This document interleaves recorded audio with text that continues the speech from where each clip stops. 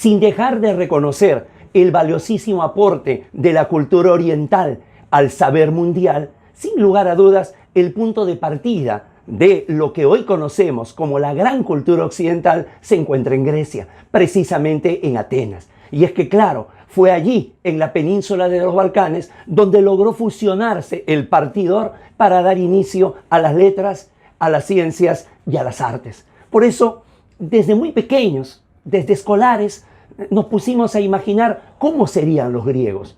¿Cuál sería la personalidad de un ateniense? ¿Cuál habría sido la conducta del día a día de un Sócrates, de un Pericles, de un Heródoto? Y entonces idealizamos. Hasta que hace 3 lustros, en la maestría de Derecho Procesal en la Universidad Nacional de Rosario, en Argentina, nos encontramos con un docente de epistemología y de sociología jurídica, que era lo más parecido al ideal de un sabio ateniense. Logró fusionar el conocimiento con la humildad y además es el hombre más sabio que hemos conocido durante nuestra vida. De él, de este gigante que la vida nos regaló la posibilidad de conocer, hablaremos el día de hoy en la entrega número 6 de Caminando entre Gigantes. Ariel Álvarez Gardiol, un ateniense entre nosotros. No olvide suscribirse, si lo considera al final, darle like y compartir. ¡Bienvenidos! Don Ariel Álvarez Gardiol nos acompañó durante 90 años. Nació en marzo del año de 1929 y falleció el 8 de julio del año 2019.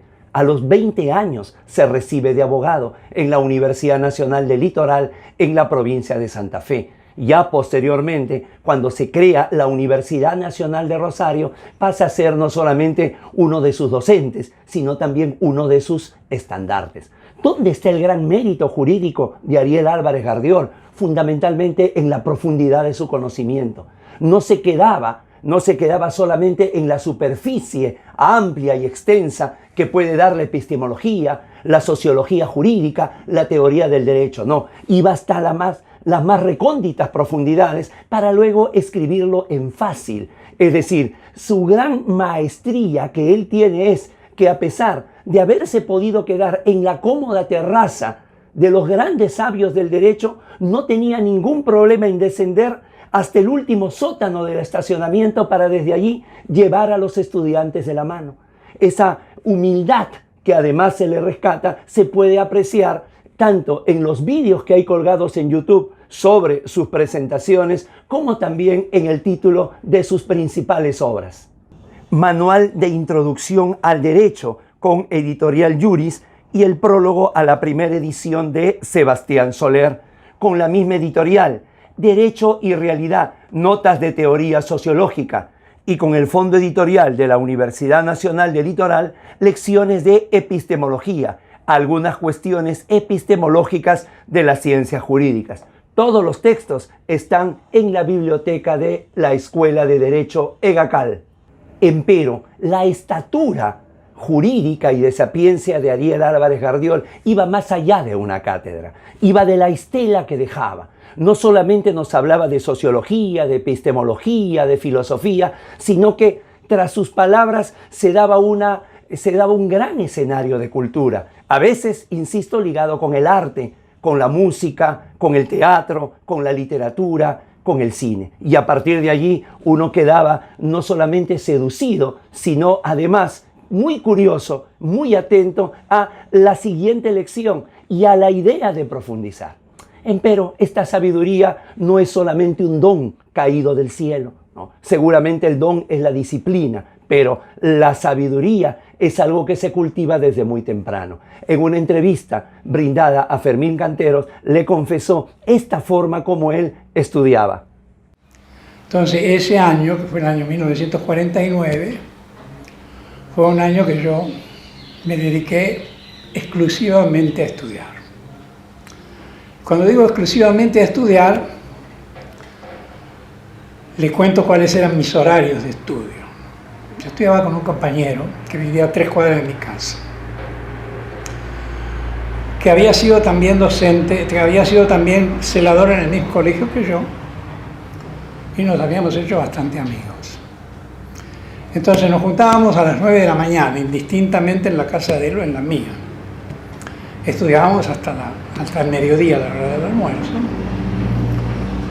Nos íbamos a almorzar cada uno a nuestra casa, nos juntábamos de nuevo a las 2 de la tarde, estudiábamos hasta las 9 de la noche, comíamos, a las 10 de la noche nos juntábamos de nuevo y estudiábamos hasta las 2, 3 de la mañana, todos los días, sábados y domingos incluidos. Por otro lado, participó en innumerables congresos, pero sí hay uno en el cual lo sintió suyo. Se sentía muy cómodo, se sentía entre amigos y con la libertad de lo que siempre él defendió, el derecho libre, la libertad de pensamiento. Fue el Congreso de Azul, esa maravillosa ciudad cervantina en pleno corazón de la provincia de Buenos Aires. Allí pudimos compartir hacia el año 2008. Ahí es donde le pregunté por qué ese rostro, si se quiere, de incomodidad, cuando se le llamaba maestro o cuando se le rendía un homenaje o cuando se le hacía alguna alusión, algún agradecimiento. Y él me decía, no, Guido, es que realmente llamarme maestro, considerarme un sabio, es una desproporción, es una hipérbole, es una exageración, ¿no? Yo soy una persona absolutamente intrascendente. ¿Y cómo marcaban en él estos congresos? Esto fue lo que escribió en una epístola electrónica tras el Congreso de Azul del año 2008 y que lo compartió nuestro gran amigo Jorge Pasquarelli.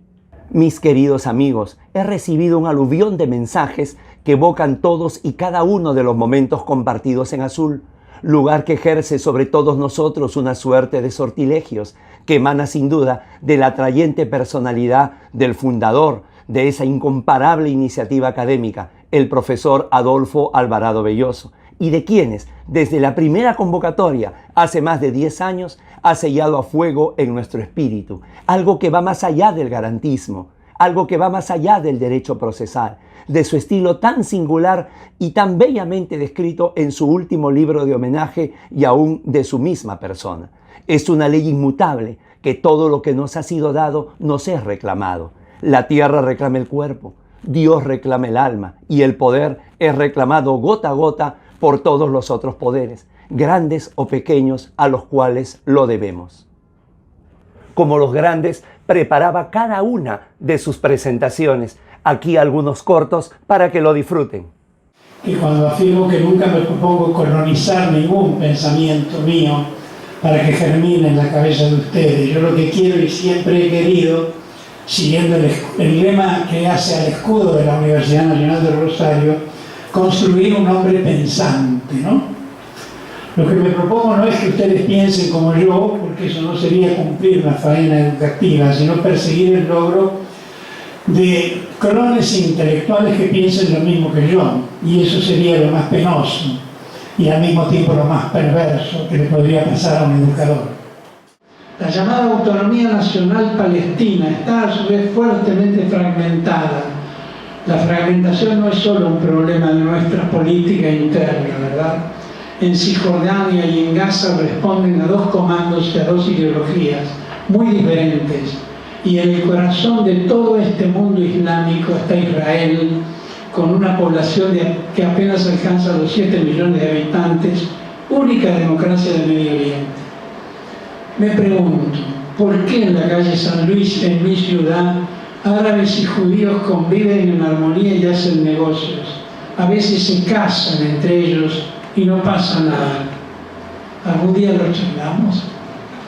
No estará presente en cuerpo en el Congreso de Azul 2020, congreso que por la pandemia se desarrollará de manera virtual, pero que seguramente de haber estado y de haber escuchado las cosas que se han señalado en este vídeo, se hubiera acercado, como siempre, con su sobre todo oscuro, con su camisa blanca, con su porte silencioso de sabiduría, me hubiera tomado del hombro y me hubiera dicho, amigo Inca, eres un exagerado.